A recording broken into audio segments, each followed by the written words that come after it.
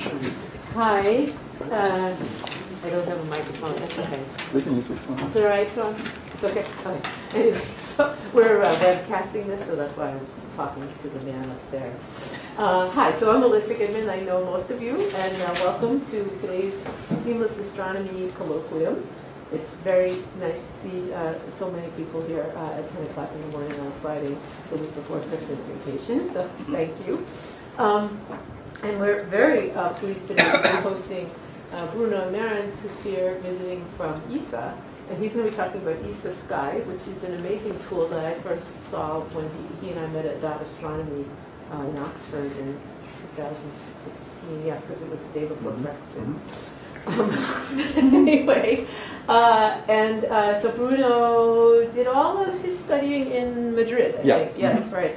And then he eventually went to Leiden for postdocs, been moving around Europe, and then wound up at ESA working on Herschel for quite some time. So we have a lot of thanks to give to Bruno for the beautiful Herschel products. Thank you.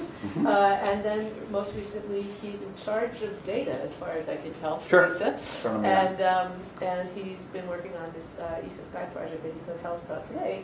And he says that the plan is he'll talk for about 40, 45 minutes and leave a lot of time for discussion. But I think also if you have a burning question, you can interrupt him, especially it's going to be a demo. So can we ask questions during Sure, absolutely.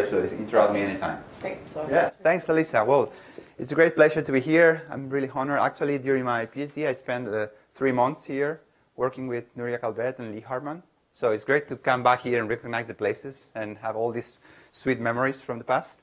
What I want to tell you about is this project called ESASky, which we started 3 years and a half actually, with the goal of simplifying access, democratizing access to astronomical data, initially for ESA missions, and then it has grown to a wider scope, and that's why I'm here telling this to you, because we think it could produce lots of interesting collaborations. Essentially, the idea was to do something multi-wavelength portal that is project agnostic, so it requires no knowledge about the data behind the satellites that to produce the different data you will look, and that allows exploration. It sits in this address here, this email, this URL, and then it has currently data from all these missions. So we have some legacy missions, we have data from Herschel, XMM, we have, thanks to a very nice collaboration with the Chandra X-ray Center here, data access to Chandra data, HST, Gaia, Planck, ISO, Integral, Exosat, and also thanks to cooperations with ISAS, you can also find Suzaku X-ray data. And in the future, we'll plan to host also JWST data and Euclid data and any data for any future astronomy missions from ESA. This is done thanks to a lot of collaborations, and I want to highlight in particular CDS, who have produced both a format of a progressive maps that I'm going to show you in a minute, and the Aladdin Light software that we use for visualizing all those progressive maps. We also have, as I said, collaboration with the Chandra team, such that you can actually now visualize together XMM, Chandra, and Suzaku footprints, and very soon you will be able to actually look at the images in the same place. We use a lot of standards from the International Virtual Observatory Alliance. These things run underneath, you don't see them, but they have allowed to speed up the process a lot. And then we also are in collaboration with JWST team at STSCI, such that you can use this application to also make pre-planning of JWST observations. And finally, we're also working with the AstroPy community, in particular the AstroQuery developers, who helped us making a Python module that will allow to do all the queries that I do here on the interface. You can do them just as well from a Python command line. So we do this is the result of what we call science-driven design of the archive. So what we do is to put the user in the center of the design process. And we, for example, assume we have this female postdoc somewhere in the world, and probably she will have a range of experiences. And we don't know, we should measure this, in my opinion. Currently, we can guess it's a bimodal. There's going to be a fraction of users who are beginners, a fraction of users who are experts, and maybe in between there's kind of a valet. then we can also look at the amount of data they need to publish papers or to do science. Currently, most of the papers are actually done with relatively small amounts of data. So in this parameter space, we design different services for the different types of users. And we can say, okay, if you have users, non-very experienced users who don't need a lot of data, and there could be many of those, those are the users for which we do ESASky. A simple interface for non-experts that can browse and grab not a huge amount of files. For those expert users, but who are still not doing massive data analysis, there's a whole plethora of tools and APIs and tools like Aladdin, Topcat, and others that they can use, and they will be able to retrieve a lot more data. In the future, with upcoming missions like or telescopes like LSST, etc., Euclid, the amounts of data will grow. Gaia was also, of course, moving us in that direction, and we will have to move everything to a cloud platform such that users can run their processes close to the data. Okay, so in this context, the ESASky was released, as I said, so it was in 2016. We've had over this year and a half, 30,000. Well, in the last year, we've had 30,000 users. Last August, while we were on holidays in the beach, there were these 2 peaks of users, which we didn't know. We were like, I mean, we didn't do anything, any announcement or anything. Then in October, we found out this was the gravitational waves. And actually, the first peak was when the gravitational wave trigger was produced. And then the second peak was when the first electromagnetic counterpart was found. And so this gave us a lot of a boost of enthusiasm, because we realized people were actually using the application, and they were appreciating the fact that we've made all this effort to put all this data together and like hide the heterogeneities in the different data providers, such that for them it's kind of is an easy experience. And it also shows that you need to have these services. You need to deploy them in a way that they will be robust, and they will be able to respond to any circumstances like this that might happen. We are very committed to make this resource available to really the widest possible worldwide community of users, and we typically have focused on Western countries and industrialized countries with very high internet speeds, and we are really committed to making all this fantastic data available to a whole community. We do this currently through a content delivery network, which is an IT infrastructure that migrates the contents in nodes around the globe. And we also take very seriously user feedback. So we think it's essential that users can talk to the development team, and that we think this application comes from a very fruitful dialogue between science and engineering that needs to happen. And there is this portal that you can access from the tool where anyone can come and type a question or a proposal or a report back, and there's a dialogue. And then they have a feature in which you can kind of vote for things. If you find someone asked that is nice, you can vote for it, and then we take that very seriously. This helps us prioritizing. And one surprising thing that came from this is that someone asked for a mobile version of this application, which we never thought of, because we thought, this wouldn't be needed. But that's, as you can see here, it was at the time one of the most voted features. Many people, 6 people, which is not great statistics, said, well, actually, that's a good idea. So version 2, which we released in October this year, actually works on mobile phones. But it's just the first integration. So if you try that, I advise you to put it on landscape mode.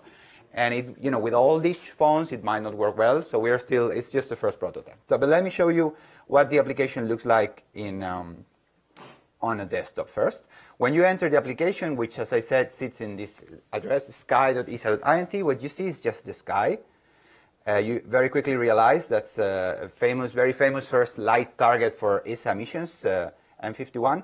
You can look at this sky in a couple of wavelengths. And here, if you go to that menu over there, you can select, let me make the font slightly larger. You can select the wavelength, and you see its project is just physics. It doesn't give you any details. You can look at this in soft X-rays, and then here you're, at the moment, visualizing that same part of the sky as seen by X-ray, by the XMM Newton X-ray Observatory. there is this plus sign you can add more layers. So if I want to inspect this object in ultraviolet, I get that image, which actually comes from Galax. Optical, we have several options. The standard one is the DSS color because it's all sky and it's well, it doesn't have great spatial resolution, but still, you can see all the images. We have a second menu. The designs is such that you ideally the first layer is simple and easy, but if you want a little bit more details, you can drill in a little bit, and then you start to see more details. And then if you really find something which is potentially interesting, you drill more, and then you start to get science really more complex things. And at some point, actually, this takes you to the mission archive, we call it, like the specialized data repository for that particular observatory, where you get all the details. So in this case, the second menu on the right of every single wavelength range gives you all the available maps in that particular range. And for example, here you can look at, for example, a map that combines all ACS, HST ACS observations, or all the we pick 2 observations in this particular region, or the wide-field camera 3. We can also look at more. We can say, you see, it's very easy. If you select the near infrared, you get 2 mass. If you select mid infrared, you get WISE. We've made those decisions ourselves based on our best scientific judgment of what would be interesting, of which data set has the widest sky coverage, and it will be the most interest for someone who's not an expert. I mean, we've kept that in mind all the time. For far infrared, you get PAX, which is a Herschel instrument. For submillimeter, you get SPIRE. Of course, you see resolution kind of changes as a function of wavelength. And for radio, we have Planck and big pixels here. But because for all these maps, what you're getting is the whole sky. These maps are like the Google Maps, but for astronomy. And this is the format that, in particular, the CDS developed. It's called HIPS, and it's like Toast or other progressive maps that essentially make a hierarchical pyramidal structure such that at each zoom level, you get a different file, which is also minimal in size, but it gives you the amount of detail that your eyes can see at that zoom level. So you can go from full sky view to pixel size on these maps on a web browser without having to download all the gigabytes or terabytes of data you are actually visualizing. So I still need to make the numbers, but when I do this exploration, if I would have to look at the original files, I could be downloading really gigabytes to terabytes in a small session. But with this, I'm just downloading a couple of megabytes. So it's a lot more efficient system of exploring. But and then once you have all your stack, you can go from one map to the other, just kind of clicking on this little arrow, or you can just click on play, sit back, and enjoy your multi-wavelength tour of that object. You can do this with any object in the sky and at any zoom level. So we think it's pretty powerful to allow all this visualization. And as you can see, you will, as I'm going to show you in a minute, you can then go. You can also get very, you can also get very. You can look into the details of everything, but we wanted to make sure that this first exploration is really nice and easy. Okay. Is there an option to overlap or overplot two and kind of fade one and the other? Good question. Not yet, but that's in the list. That will make eventually. We want to. There's this search button here where you can type any object, the name or coordinates of any object, and we are putting a lot of work into making this really responsive because there are different set of nomenclatures. There's NET, there's SIMBA, there are many sources.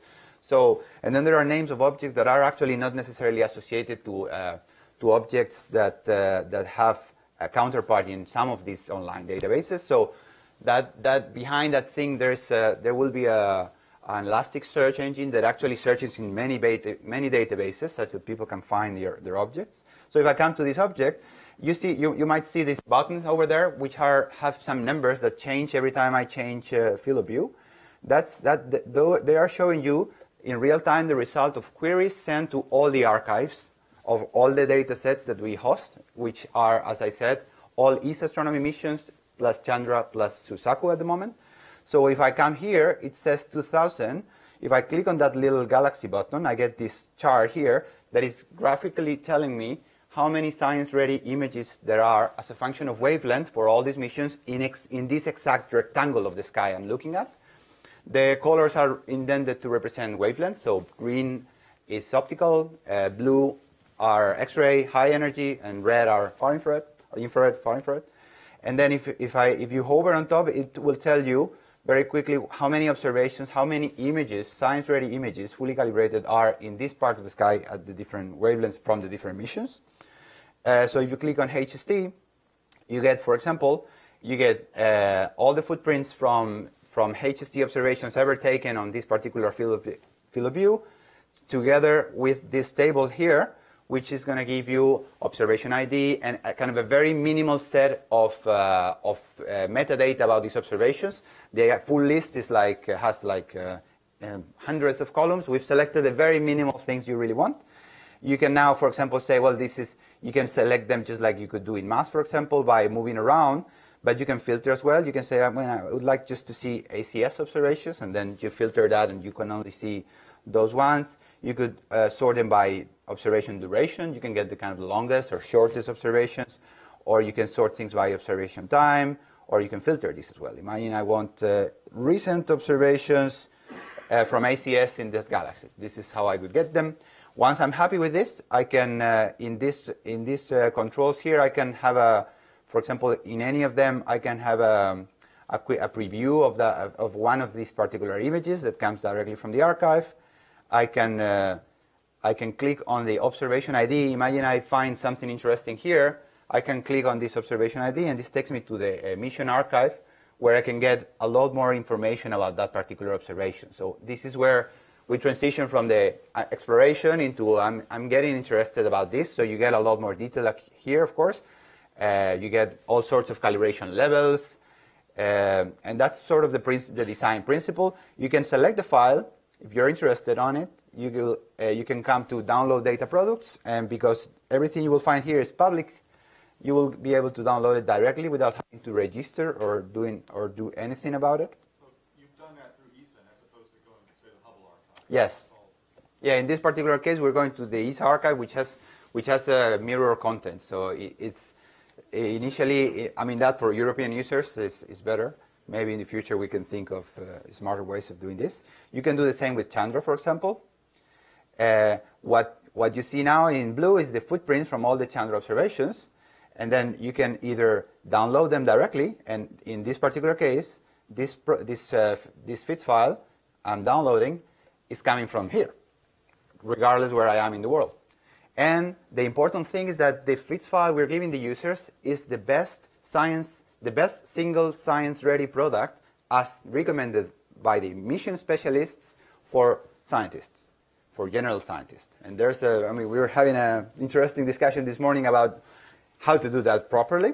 But it's a very important thing. There's a lot of data curation because we want users to be able to explore this, knowing that the experts have made certain choices to simplify their lives, such that what they get is really ready for science and is appropriate. You can, of course, select them all and get them all, and you can do the same with all these missions. So you can, for example, look at the Herschel observations of this object, and you get the red footprints.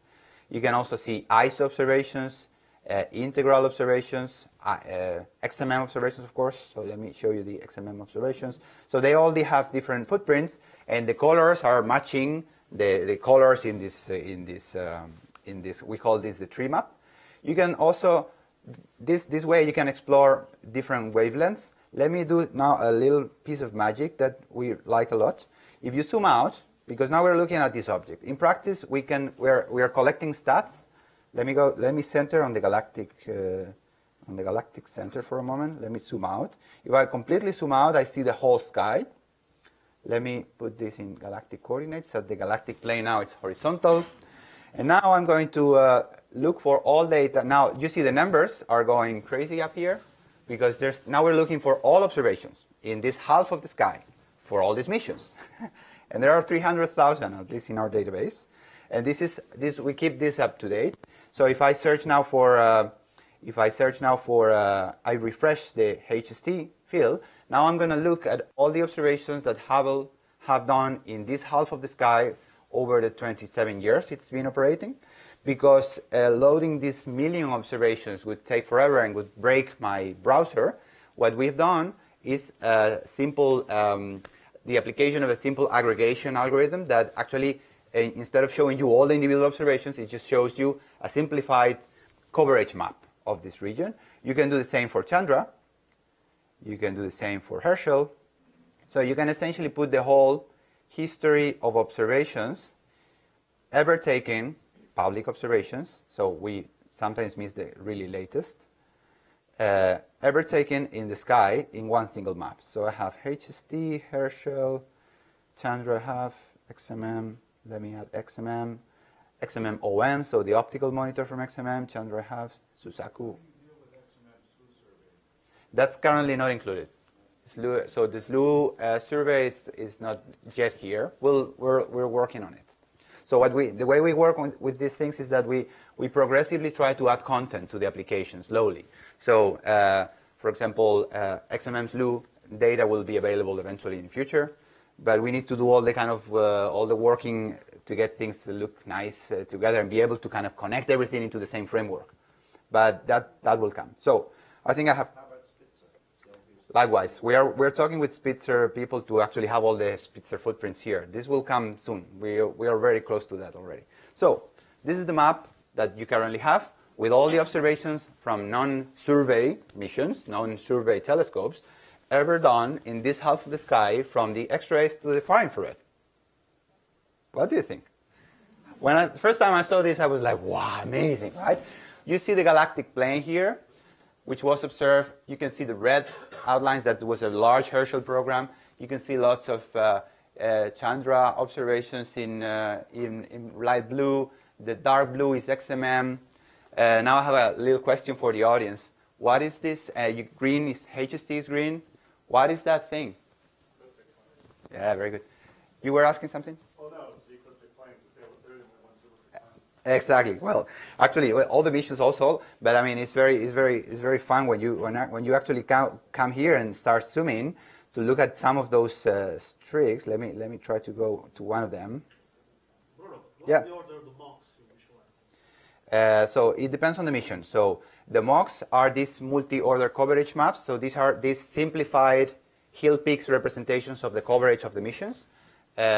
Depending on the spatial resolution of the observations and the size of the images in the sky, they can go from order 7 or 8, which is what we have, for example, for Planck, which is relatively large pixels, to I think it's 11 or 13 for HST, which is the highest spatial resolution mission we have at the moment. So let me zoom into that little fraction here. When you are sufficiently close, the application realizes that at some point it can show you the data. So instead of showing the simplified coverage map, now it's loading data. So now we're going to look at the actual footprints in this particular piece of the sky, and you're going to see that actually, as we guessed, it's a collection of observations following an object that was just running around here, and you can actually even more. You can because there might be many, so that's why it needs some time.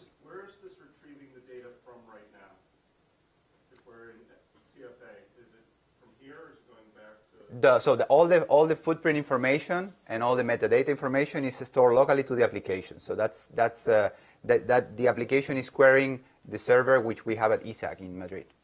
But it's really transparent to you because it's not actually going to the original data sources for the visualization. If we would like this to be fast, and we want, you have to do it really local to the application. Okay, so actually, you can do a little bit more fancy things because in version 2, what we did was to look at the possibility of actually searching for all these solar system objects that have been observed by missions, because not only HST observed them. And I'm going to show you now what happens if you, for example, type Ganymede, which, as you know, is a nice moon. What we have done here is to cross-match the orbits of these objects for the duration of the mission with the collections of observations that we have. such that we only give matches when the object was flying at the position an image was taken at the time the object was flying by. And what you get when you type for any object is this. Now, for example, we see there are 977 HST observations of Ganymedes. So we can actually now go and look at all those observations. Sorry, I loaded twice. What we do to visualize this is to put the orbit of the object on the sky, which is this red line. It's obviously following the ecliptic. There's a lot of geometry, and this was a lot harder than we thought it would be. But you can do, for example, the same filtering we've been showing you before. I can filter by instrument. I can order things as a function of time, and for example, select 2005. And then this little button over here focus the screen on one particular observation. So if I zoom in to look at those observations, I find a collection of footprints that someone did with HST ACS of Ganymedes. And as I said, it's very sophisticated. It's very sophisticated geometry that went into this, but users don't see it. That's the nice thing. We do the complex things for them such that they just explore the data. And when we saw this first time, it was like, oh, damn it, Ganymedes is not there. I mean, something went wrong with the geometry. Until we started exploring down, because there's a set of observations. And then when you do this, you discover that Ganymedes is coming out from behind Jupiter. What do you think? Isn't this amazing? Someone did that set of observations to probably investigate Jupiter's atmosphere and what happens with the planet as it moves behind the planet. And this is something you can do now with all planets, with comets, and with asteroids. So there's a lot of serendipitous observations that people can come here, grab data, and discover observations. We've tested this, and we verified that targeted observations are all recovered by our geometrical search, which means it works. And then we find many, actually thousands of observations that were not intended. So we hope this is going to open kind of a nice, interesting phase for our solar system studies. You can also, for example, search for. Let me check. You can also look for catalogs. So let me put this famous region now up for a second. The second button here is giving you a number, a very large number. That's number of source catalog sources in the field of view. So if I open it, I get every single catalog of produced by the different observatories in the same, which has sources in this field of view. You can see now you can compare. Put here, actually I can show you the many observations from many missions, from as I said, from X-rays to infrared in the same map. They have different colors. You can download them, cross-link them, and learn a lot in a few seconds about what's going on in this region. What I particularly like is that, for example, with Gaia, I can pull out the Gaia TIGAS catalog, which is the first section of the Gaia data release 1 that actually has proper motions and positions. Let me open TopCat for a second, which I think I didn't have open. Okay. So because, let me see, where did I put that thing? Okay, let me send this to TopCat. You can send it with, you can send it via, let me see, that's because I'm in big screen. Let me put them in the same, okay, good. So now I send the Gaia catalog to TopCat. TopCat says, I'm getting this catalog from this application called ESASky. Do you accept? You accept. And then, actually I sent it three times, sorry. And now you can, with this nice application, you can quickly make a plot of the proper motion space in this part of the sky. And then you can very quickly investigate the proper motions of the stars in this field of view. I can, of course, also download all these catalogs. So I can come here and download the catalog as a CSV or as a VO table file. I can get the Planck catalog. I can get the Herschel catalogs. And then I can do any of the science I want to do. Let me see if TopCat wants to come. What happens? Maybe yes. Okay, that I will show you as soon as Topcat gets back with me. Okay, so more things you can do. You can look at spectra. So the third button is the spectra. So let me now go to M87. This is the closest AGN to Earth. Like that, in DSS doesn't look particularly impressive, but when you look at it in with wide field camera, it's not? Well, one of the closest. Okay. It has this gigantic jet, which I think is probably one of the largest known. You might agree with that. And we can look at the spectra in this particular object. Extremely kinematical, very fascinating region. If I look at if I click on this little spectrum, that's meant to kind of represent a little spectrum line. If you click there, you see all the science-ready spectra in this particular region, again, from all these missions, all these observatories. We can pull out the HST footprints, and actually here you can see that someone did a nice set of observations of along the jet launching position. You can take a quick observation, a quick look at the postcards of any of them, and if you're interested, you can download them. You can download this whole collection, and then you can inspect it. You can do the same with UV from HST. And finally, because now we can put everything in the same plane on the sky, we discovered there were a couple of observations here along the jet, where the slit was aligned the jet. So this gives us information about what's going on, off jet. And we can likewise, just by clicking on the observation, the corresponding row gets highlighted, and I can either inspect the postcard and look at that nice line over there, which probably has some redshift blueshift component, or I can just download the files. Let me see if Topcat is with me. Yeah, both. What happens is that I've sent it so many times that it was busy getting all the tables. Sorry. Okay.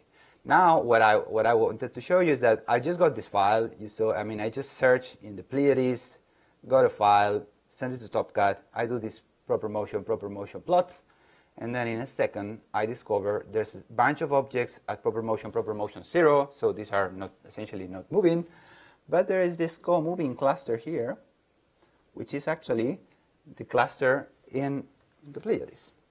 And this was known, right? We knew that the Pleiades were a co-moving source, but this now you can do everywhere in the sky and with any field of view. Not yet. Currently, this just works one directionally, but well, of course, the plan is to do that so that you can actually plot it.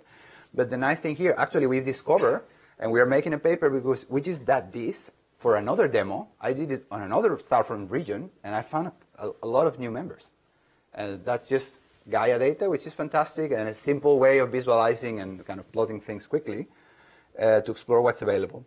Okay, you can also look at you can also upload a target lists, right? We don't always necessarily work with just looking at one object. This is really good for single objects. But what if you want to just kind of look at a sample? You have your sample of objects you're investigating. You can upload it. It's just a simple ASCII file with the names of the objects or coordinates. You upload it, and then they are resolved into actual coordinates with Simbat. And then you can essentially explore them one after the other. And then, of course, every time you go to one of these objects, all these numbers update, and you will very quickly visually be able to inspect your sample and tell whether they have data that you might be interested on or not. And also, with the communications department there at ESAC, they said, well, this could be useful for education as well. Why don't you allow people to annotate the objects? And then now, if you have an ASCII file that has the name of the object plus some text, the text will kind of come up together with the target name, as I'm going to show you in a second. And then now you can do nice tutorials, little tutorials with this, like the text I've written is now appearing here. So I can go and say something about each object. And now we're actually using this to do a small tutorials of different types of objects. How do they look? And the beauty here, of course, is that you can come to this particular object and you can stop. And you can say, actually, I want to see this in X-rays or in ultraviolet, sorry, in X-rays. And and then you get, well, if it was observed, of course, yes. And then you get what the galaxy looks like in X-rays. And so the idea here is that people can come here, upload like a predefined target list with some set of objects, and then just can sit back, click on play, and enjoy the Spiral Galaxies tour, and like learn a couple of objects. You can also do the same to send this to a collaborator and say like, look, this target is strange. This is the one we observed last time. You remember? Look at the new whatever Chandra data of this object. So this has potentially many uses as well. You can also, someone said, why don't you, can you use this for planning future observations? And actually you can. Now I'm coming to the Eagle Nebula. I'm showing this in DSS, but this actually looks gorgeous on far infrared. And here's where I want to always say that the nice thing here, of course, you recognize the pillars there, but when you put everything together, you can zoom out and actually look at the context of that. And you can compare the context in different wavelengths. So it seems simple, it's almost silly, but this gives a lot of power. Because then you can really understand that these pillars are part of a lot of other pillars. And when you actually look at this region in X-rays, you see that the X-ray sources are over here. And they are creating all these structures because they're just blowing material away. Might be obvious for some, but might not be obvious to others. And the good thing is that here you can discover this by yourself. Imagine you want to take a nice, nice JWST image of this pillar, which probably, obviously, someone will do. You can click on this little telescope feature there. And then you can say, okay, I want to observe this with NIRCam. And then this puts the NIRCam footprints on top of the image. You can rotate it to align it with the structure you're interested in. You can actually say, well, I don't want to miss the middle part, so I click on this plus button and I add another one. And then I can copy the rotation angle. Okay, and then I just move it down, move that in the right ascension and declination, and this is the observation I want to do. I can grab the coordinates and position angles to send it to APT, where I can actually do the observation, but this, I've been able to visualize the scene I want to make very easily. And also, if you want to, you can think of parallels. So if you put on the All Instruments tab, then you get the whole footplan, the whole JWST set of instruments. And then you can decide that you might want to take a mid-infrared image over there. And then you get all the information here. For all of them, you can, of course, select the sub-instruments. So you can point, you can go anywhere, select the sub-instrument, and then grab the coordinates and the position and go to APT, to your paper. If you're happy with your proposal because you think this is going to be approved, you can even take a picture of it with this little camera. Then this captures the scene. It's a PNG. You download it, and you can maybe even put it in your proposal saying, this is what I want to do. And another thing that the communications people requested is this share button that creates a URL like the Google links, permanent links, and you can send this by email to anyone.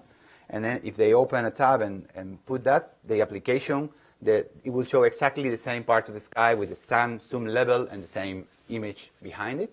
It doesn't show all footprints that you could have. This will be possible in the future.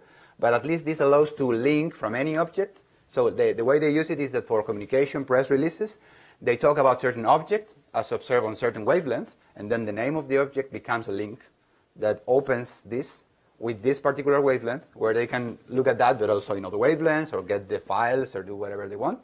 And then kind of the headline there is, this is the link to kind of get the files yourself and explore the object by yourself. And now there's something else I wanted to show you. Here, the rest is just the community forum I mentioned before. We've done a couple of short video tutorials explaining, how to use the application because someone requested this. These are very short, like 1-minute videos that show you how to do everything I've shown you. And now, because I was coming here, I asked my dear collaborators, hold on a second, okay, yeah, that's it, to work out a little prototype that I'm going to put up here in a minute. But yeah, so something else. So the way this works is that we have this forum. Let me show you.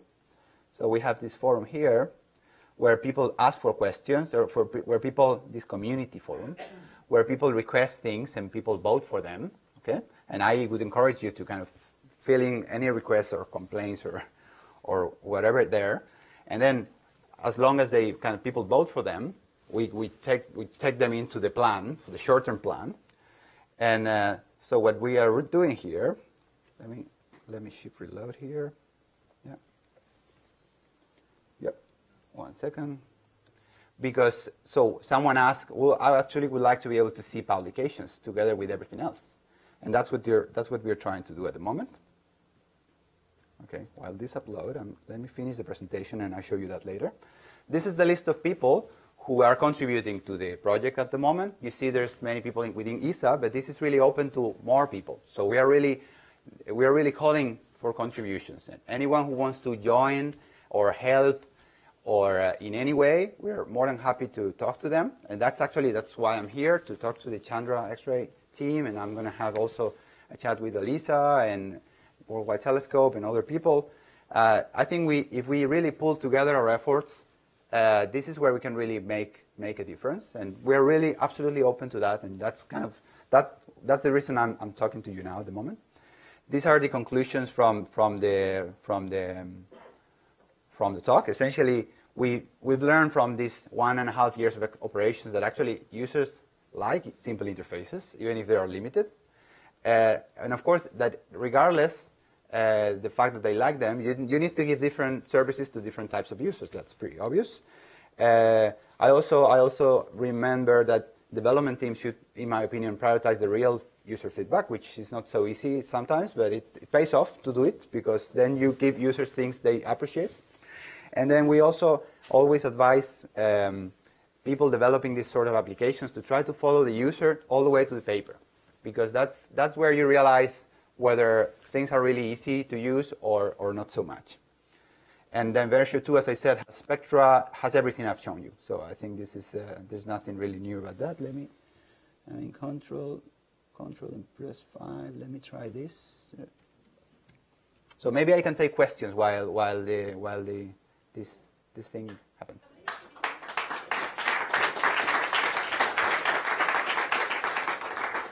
Yep. So at the moment there's two software engineers, and there's two software engineers and two part-time scientists. Fantastic, thank you. So I just have to say that from my own perspective, I've been involved, as Pepe knows, since 2001 with virtual observatory-like activities. Mm-hmm. To see all of this coming together, all this different work that different people have done in different parts of the world, and have an application like this, and have an invitation for other projects to collaborate, I think astronomy is continuing to set an example for cooperative, and I hope we can all cooperate. And it's getting so much easier to make things plug into other things, and nobody knows where it's coming from. Exactly. I think we should just do it. Anyway, but thank you. Okay, and I can show you something else. Long enough for it? Yeah, that was great. Thank you, Alisa. So now we got this extra little button here, which is actually not yet, not yet released. But now we've created this little kind of academic hut that in any region is actually looking for objects that have publications associated to it. So if you click on the little object, it tells you which type of star is this. This is a star I like very much. And you get the observations. You can filter this as well. So you can say, okay, I want only observations from this year that contain, for example, ALMA in the title. And actually, I'm getting a paper from a guy over there. And then this you can combine with all the searches for data. And you can likewise, as we've done with other things, you can zoom out, and then you can repeat the process to look at observations, anywhere in the whole sky. And now I want to show you something really nice I found yesterday playing with this. So if I pull out now, let me make this big. If I pull out now the all images ever taken by the Spire sublimiter camera on Herschel, and then put all the sources, you can hardly see it, it's a pity. But you see some cosmological fields over here. You see the galactic plane survey. And this is the distribution of objects with publications associated to them. So you can very visually tell, for example, that this particular observation was never published, right? For example. Or you can actually look at the number of sources for which we have literature in the galactic, in the cosmological areas, or this is Orion. Orion. This is Ophiuchus. and this is Musca. And this is the galactic plane. You can look with your eyes to the distribution of sources. It's very much like ADS Whole Sky Survey, but with we like about this the fact that you can combine it with different types of data as well. So I think this is what I wanted to show you. To give you an example of what I mean, the same people were involved in making an ADS Whole Sky Survey on the European side for this, and I'm about to hand Bruno the keys to that and say, don't do that. First of all. Whereas I don't think that we should have competing things when we could have cooperating things and just make it much easier for scientists to use them. I think we should just mush it all together. Mm-hmm. Do that. Okay, more questions? So, what kind of requirements or what kind of bar is there for a data provider to be able to have their data incorporated in ESASky? Do you require certain standards and APIs and protocols, or do you work with them? We work with them so far, and it's we try to because I mean heterogeneity is guaranteed. If each single data provider will have had different priorities, different goals, different agendas. So we think the best way to get the thing done is to talk to each of them and being flexible. So we are of course whenever the IVOA standards are fulfilled, that makes the whole thing a lot easier. That happens, for example, with the Chandra data. But so far we've been pragmatic. And we've been talking to the different data providers and finding what they, how they have the data stored and distributed, and find the simplest way. Because we think the important outcome is to actually get their data findable, right? So, yeah, we're not very strict. We have a web page here that explains what should you do if you want to. So if you come here in the documentation, which is here. You can find contributing data to ESASky, and that's where we explain what to do. And it's actually it's really simple. I mean it's nothing complicated. And what we do is to talk to interested people. It's more of a plea than a comment, and I'm pretty sure that you realize that. Please make sure that having the full SAMP capabilities implemented sits at the very top of your priority list. Because as someone that has always appreciated being able to do some analysis and visualize at the same time things, I think that would be a perfect. Really being able to send things to DS9 back and forth or Tomcat would really add something. Well, that's certainly in the list. Yeah. Right. We did. We haven't released it yet. But did you have a question? Yeah. What about the imaging, including imaging surveys that are not all sky? There are some large ones already in existence. Of course, in the future, all this is coastal sky, but not all of it. Yes. As your researcher. Sure. We're actually talking to many data providers with the goal of because actually the transactions that need to happen between us and a data provider are really simple. And what we get, I mean, I was getting yesterday the question how big this, I mean, whether this is really scaling to really incorporate the other data sets. It does, because a table with all the footprint from the HST lifetime is just a couple of megabytes. So it's really not difficult. So the goal is to, we're, for example, having conversation with Spitzer, as I said, with IRSA to get WISE and Spitzer data. We're talking to ALMA. ESO people is also interested on putting their footprints here, so that people can discover them. So the ambition would be to try to have every single data provider that would like to be featured there. But response to the question? Also, I just want to clarify what I said. I don't mean that we should merge everything into that you only ever go to ESASky. What I meant is, like, let's say you were in the Gaia archive and then you wanted to contextualize something you were looking at in the Gaia archive, and there was a button that said, show me this view in ESASky. So it's not exactly the same thing as SAMP, but like the ability to jump between tools. So like, I think this tool, for example, is much better than Worldwide Telescope at putting footprints of, observations and retrieving the observation stuff, but honestly I think Worldwide Telescope is much better at zooming and panning and giving you a fluid motion. And so if you want to go from one to the other, just like in the ADS, also we have a button that says see this in Aladdin, see this in Worldwide Telescope, and just jump between, because I don't think there's ever going to be one application to sort of rule them all. Exactly. But I think that, you know, that the easier we can make it to just, you know, connect things together. But that's the point of the virtual observatory. I mean, having interfaces that can talk to each other. And you just heard Bruno say, if you use IVOA standards, then it's easy. Yeah. So this is a question for all the providers.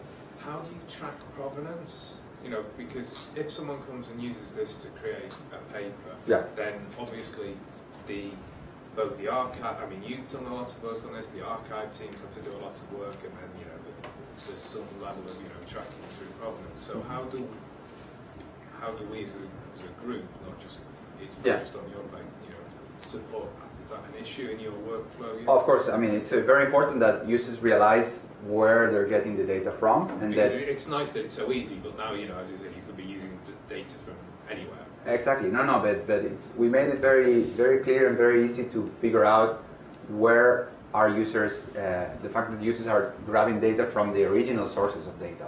I mean, there's no mirroring or anything. I mean, the science files come from the original place where they've been produced by experts, and they are selected by them.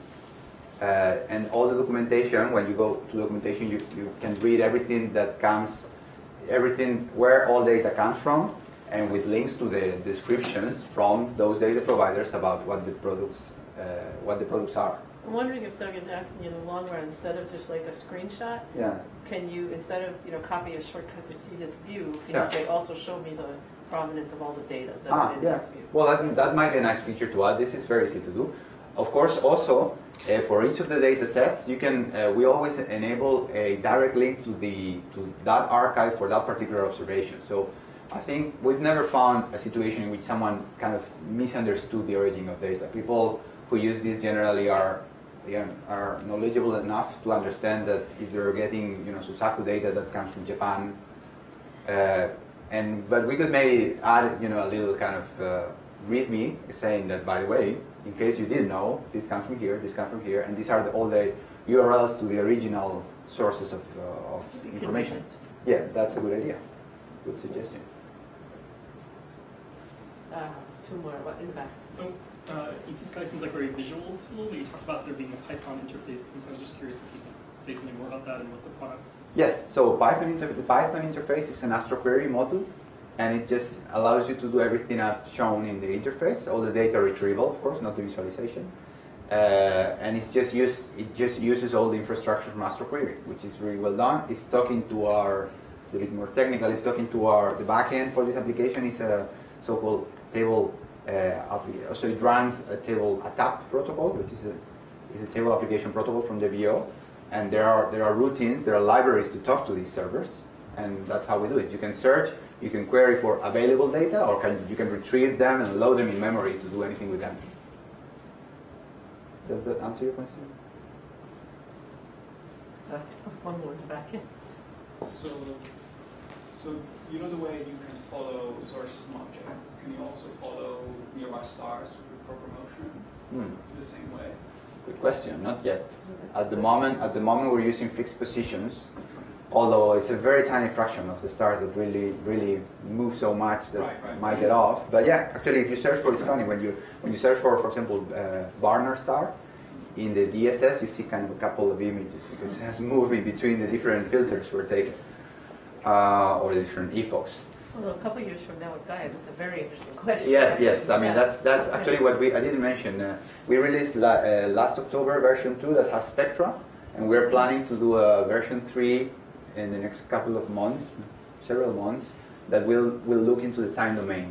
So that this good question will be framed in that context. So how do you visualize the fact that the sky changes also?